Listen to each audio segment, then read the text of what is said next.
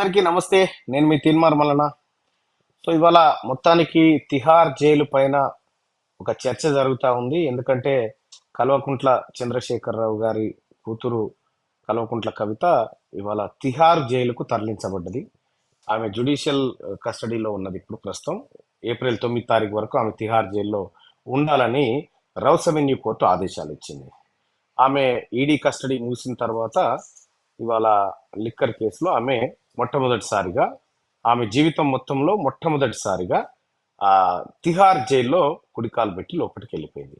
అసలు ఈ తిహార్ జైలు ఏంది, తిహార్ జైలుకు ఉన్నటువంటి విశిష్టత ఏంది ఒకసారి మనం మాట్లాడుకోవాలి. అసలు తిహార్ జైలు పదే పదే చాలా మంది చెప్తా ఉంటారు, తిహార్ జైలు అంటే ఏంటి, తిహార్ జైలు అంత పెద్దగా ఉంటుందా, తిహార్ జైలు వ్యవహారం ఏంది అని చాలా మంది అనుకుంటా ఉంటారు. అయితే తిహార్ జైలు ఏంది, దాని వ్యవహారం ఏంది ఒక్కసారి మనం మాట్లాడుకుంటే, భారత రాజధాని ఢిల్లీ పరిసరాల్లో ఉంటది చాణక్యపురి. ఆ చాణక్యపురి నుంచి 7 కిలోమీటర్ల దూరంలో తిహార్ అనేటువంటి గ్రామం ఉంటది.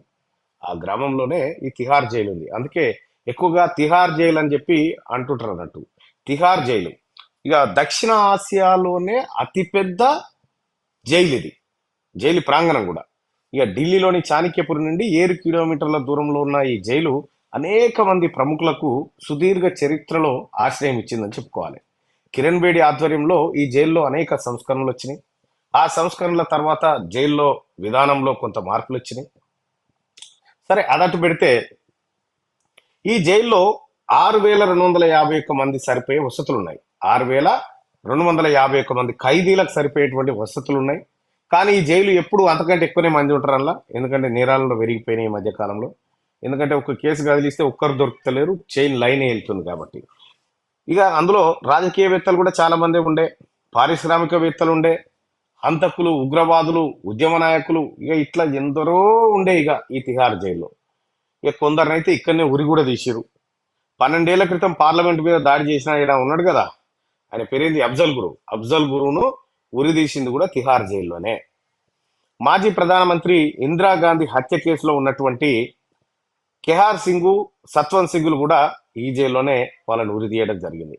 ఇక 1986 మార్చి 16న క్రిమినల్ చార్లెస్ శోభరాజు, అప్పుడప్పుడు మన ముఖ్యమంత్రి కేసీఆర్ ఇది రేవంత్ రెడ్డి గారు మాట్లాడుతూ ఉంటారు కదా, చార్లెస్ శోభరాజ్ లాంటి వాడు కేసీఆర్ అని చెప్పి. అసలు ఈ చార్లెస్ శోభరాజ్ ఎవరు, ఏం కథ అనేది ఇంకో ఎపిసోడ్లో చూద్దాం. కానీ చార్లెస్ శోభరాజును ఈ జైల్లోనే బంధించడం జరిగింది. అయితే 1986 మార్చి 16 తారీఖు నాడు ఆయన ఈ తిహార్ జైలు నుంచి తప్పించుకున్నాడు.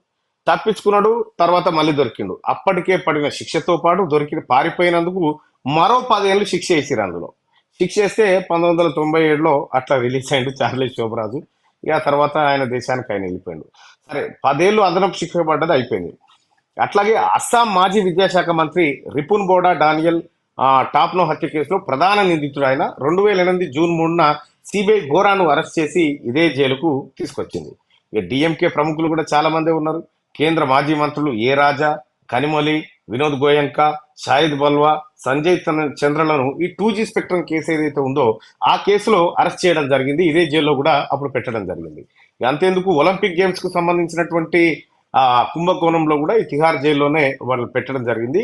ఒలింపిక్ అసోసియేషన్ మాజీ అధ్యక్షుడు కేంద్ర మంత్రి సురేష్ కల్మాడిని 2010లో జరిగిన కామన్వెల్త్ గేమ్స్ లో అవినీతి ఆరోపణల కారణంగా అరెస్ట్ చేసి ఇదే జైల్లో తరలించారు. ఇక పార్లమెంట్ లో అవిశ్వాస తీర్మానం సమయంలో డబ్బు ఎరచూపి ఎంపీలను ప్రభావితం చేసిన ఆరోపణలపై సమాజ్వాదీ పార్టీ మాజీ సభ్యుడు అమర్ సింగ్, ఆ తర్వాత అరవింద్ కేజ్రీవాల్ను అరెస్ట్ చేసి ఇక్కడే ఉంచారు. హర్యానా మాజీ ముఖ్యమంత్రి ఓం ప్రకాష్ చౌతాలాతో పాటు అతని కుమారుడు అజయ్ చౌతాలా అవినీతి కేసులో ఈ జైల్లోనే ఉన్నారు. ఇంకా అంతేకాదు, ఈ జైలు మొత్తం 400 ఎకరాల విస్తీర్ణంలో ఉంటుంది ఈ తిహార్ జైలు. ఈ తిహార్ జైలు అత్యంత ఫేమస్ జైలు.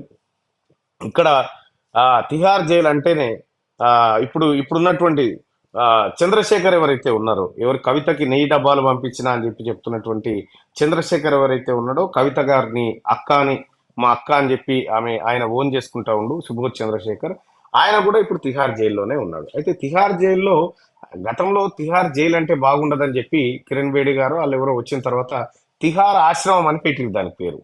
తిహార్ ఆశ్రమం అని పెట్టినా ఏది పెట్టినా కూడా ఆశ్రమంలోకి బయటకు వచ్చే పరిస్థితి అయితే ఉండదు. అయితే కల్వకుంట్ల కవిత గారు మొట్టమొదటిసారిగా మొత్తం దక్షిణ ఆసియాలోనే అత్యంత పెద్ద జైల్లోనే అడుగుపెట్టింది. ఈ చిన్న వాళ్ళ కుటుంబానికి ఆనయ్య కూడా ఈ చెంచల్గూడ, ఈ చర్లపల్లి లాంటి చిన్న చిన్న ఆనయ్య వాళ్ళకు కూడా వాస్తవానికి కూడా ఇంత పెద్ద జైల్లో పెట్టిరు. అయితే కవితకు ఆ, ఎప్పుడైతే కవితను తిహార్ జైలుకు తరలించాలని చెప్పి రౌసవెన్యూ కోర్టు చెప్పిందో ఆ క్షణమే తిహార్ జైలు మరోసారి చర్చకు వచ్చింది అన్నట్టు. చార్లెస్ శోభరాజ్ అని చెప్పి ఉంటాడు. చార్లెస్ శోభరాజ్ ఎవరంటే విదేశీ టూరిస్టులను హత్య చేసి వాళ్ళ దగ్గర నుంచి డబ్బులు లాగి వాళ్ళని ఇబ్బంది పెట్టేటువంటి వ్యక్తి చార్లెస్ శోభరాజు. అయితే ఈ చార్లెస్ శోభరాజును కూడా ఇదే తిహార్ జైల్లో వస్తే శిక్ష అనుభవిస్తా ఉన్నాడు. వాని కర్మగాలి 1986ల వాడు గోడ దుంకి పారిపోయే ప్రయత్నం చేసిండు, లేకపోతే ఇంకో రకంగా తప్పించుకునే ప్రయత్నం చేసిండు. చేసి ఇంకొక 2-3 ఏళ్ళు అయితే వాని శిక్ష అయిపోయేది. వాని కర్మకాలానికి వాడు రుక్కిండు, మళ్ళా కలకత్తాలో దొరికిండు. కలకత్తాలో దొరికిన తర్వాత మళ్ళీ తీసుకొచ్చి పాత శిక్ష ప్లస్ కొత్తగా 10 ఏళ్ళు మళ్ళీ వేసి 12 ఏళ్ళ శిక్ష వేసి అలా పెడితే 1997లో రిలీజ్ అయ్యి మళ్ళా పోయిండు. చార్లెస్ శోభరాజును మించిన ఇంటర్నేషనల్ మర్డరర్ ఇక ఉండడు. అందుకే కేసీఆర్ గారికి ముఖ్యమంత్రి రేవంత్ రెడ్డి గారు చార్లెస్ శోభరాజ్ అని పేరు పెట్టిండు. ఇక బాబు బొమ్మడులు ఉంటారు కదా, ఎవరు, కేటీఆర్, హరీష్ రావు, వీళ్ళిద్దరికి బిల్లా రంగా అని పెట్టిండు. ఈ బిల్లా రంగాలకు కూడా ఇదే జాగా మళ్ళా తిహారే. ఈ బిల్లా రంగాలు ఎవరంటే 1970 ప్రాంతంలో ఢిల్లీలో ఒక గాయని ఏది ఆల్ ఇండియా రేడియోకి పోయి తన ప్రోగ్రాం కోసం పోతా ఉంటే ఈ బిల్లా రంగా అనేటోళ్ళు ఇద్దరు కలిసి ఆమెను కిడ్నాప్ చేసి అత్యాచారం చేసి హత్య చేసి ఆమెను ఆ హింసించడం జరిగింది.